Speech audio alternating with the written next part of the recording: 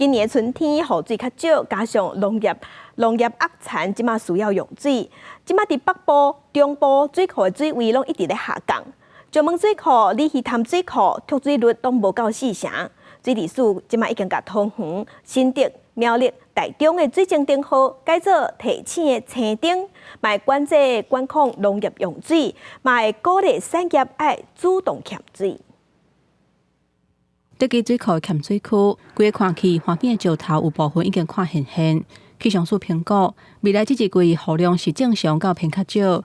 为了应应大水期供水的挑战，经济部成立可化水利署灾害紧急应变小组，决议为19开始，桃园、新竹、苗栗甲台中水情的灯号调整做水情提醒的青灯，将桃园、新竹、苗栗以及台中的水情灯号转为绿灯。那这是要提醒大家要节约用水，而且我们也透过这样的一个措施来管控农业跟产业的用水。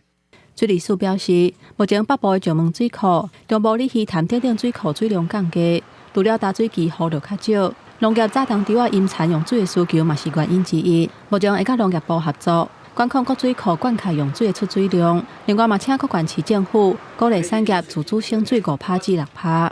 第一个产业的部分是要自主来节水，产业自主的部分就是能够达到6%，然后民众就是希望大家能够来自主来节用水哦。目前本市提供9处水资源回收中心水源及新建筑工地地下水，作为次级用水的使用，提醒各界及市民持续节约用水，以延长水库供水时程。自来水公司第4区管理处强调讲，供应中部用水的里鱼潭甲德基水库已经有联合运用措施。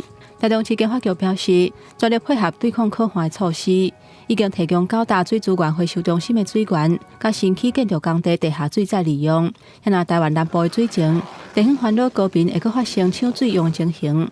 有农民反映讲，清水井抽无水。现在南区水资源分署讲，目前供水正常。记者综合报道。